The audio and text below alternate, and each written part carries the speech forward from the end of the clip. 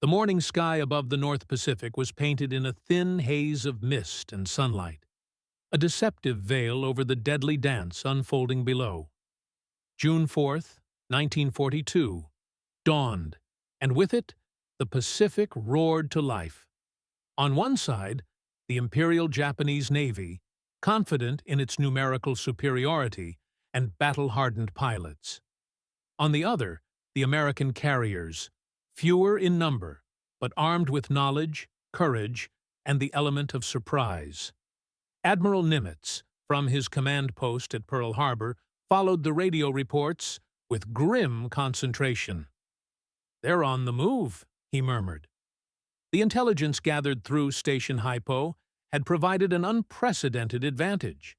Nimitz knew the Japanese plans almost in their entirety, the positions of their carriers, the timing of their attacks, and even the sequence of their airstrikes. It was a fragile advantage, one that could vanish if American pilots failed to execute their orders. At 6:30 a.m., the first squadrons launched from the USS Enterprise, Hornet, and Yorktown. Torpedo bombers, obsolete and slow, flew directly into a hailstorm of anti-aircraft fire. Lieutenant Commander Jimmy Collins, leading one of the squadrons from Enterprise, felt the aircraft shudder as enemy shells tore the sky around them. "Keep formation," he shouted into the radio, voice tense. "Hit them together, and we have a chance." Despite their courage, the initial attacks were devastatingly ineffective. Japanese Zero fighters tore through the torpedo squadrons, and anti-aircraft fire from the carriers tore their aircraft apart.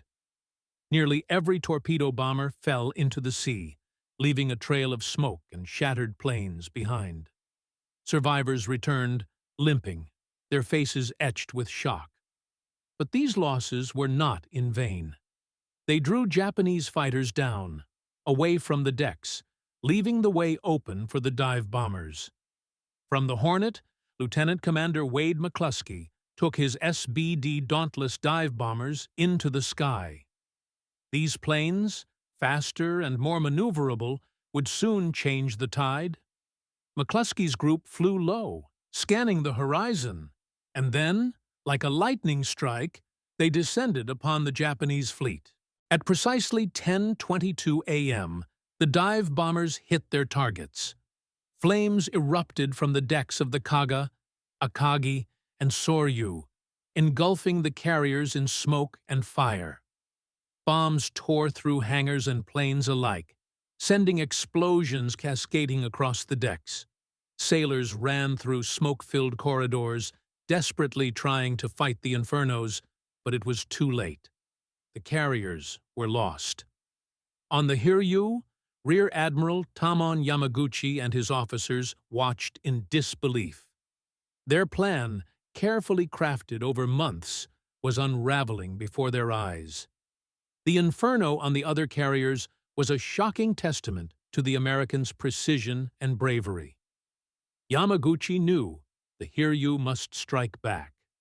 The remaining Japanese pilots launched a counterattack. Their aircraft soared toward the American carriers, determined to avenge the losses of their comrades. Yorktown, already damaged from a previous engagement at the Coral Sea, bore the brunt of the assault. Bombs and torpedoes found their mark, igniting fires and tearing through the deck. Casualties mounted, but the crew fought tirelessly, putting out fires, repairing critical systems, and keeping the ship afloat. Amid the chaos, acts of individual bravery shone brightly. Ensign George Gay, the sole survivor of Torpedo Squadron 8, had been shot down during the attack on the Japanese fleet. Clinging to a raft, he watched the destruction of the enemy carriers, witnessing firsthand the courage of the dive bombers who struck decisively. Gay would later recount the scenes with reverence for his fallen comrades, whose sacrifice made the victory possible. Elsewhere, Lieutenant Commander Collins executed a daring maneuver to evade enemy fighters and anti-aircraft fire, leading his squadron in a coordinated attack on the Kaga. His bombs struck near the center of the flight deck, causing secondary explosions as fuel and munitions ignited. The Japanese carrier tilted, listing under the weight of the inferno. Fires spread rapidly, and within minutes, the ship was doomed. Back on the Enterprise, crewmen worked feverishly to prepare the next wave of attacks. Pilots and ground crew alike understood that momentum was critical. The first strike had crippled 3 Japanese carriers. The next must finish the job. By mid-afternoon, the American forces had gained a decisive edge. The Japanese were reeling from losses, their formation disrupted, their carriers burning or abandoned. The Hiryu, the only remaining operational carrier, launched a retaliatory strike against the Yorktown. This attack inflicted serious damage, igniting fires and causing the loss of key personnel. Yet, the Americans struck back again. From Enterprise and Hornet, dive bombers launched a second wave, homing in on the Hiryu. The timing was perfect. Japanese fighters were dispersed, the Hiryu's decks crowded with planes, refueling and rearming. Bombs rained down with surgical precision. The Hiryu erupted in flames, her decks disintegrating, her flight crews scattered. Within hours, the once mighty Japanese carrier fleet was neutralized. The Battle of Midway was not merely a contest of machines and strategies. It was a crucible of human endurance and sacrifice. Thousands of sailors and airmen on both sides faced death with courage and resolve. Pilots plunged into the ocean, trapped in flaming planes, yet their sacrifice ensured the success of their comrades. Sailors fought fires and repaired engines amid chaos, embodying the resilience that would define the battle. Captain Elliot Buckmaster, aboard the Yorktown, coordinated damage control and medical triage. "Every man counts," he shouted, galvanizing the crew. Fires were brought under control, wounded sailors treated, and systems restored. Despite heavy losses, the carrier remained operational, a testament to discipline and determination. In the Japanese ranks, Rear Admiral Yamaguchi made the ultimate sacrifice, going down with the Hiryu. The loss of 4 carriers in a single day shattered Japanese naval supremacy in the Pacific, a blow that would resonate through the remainder of the war.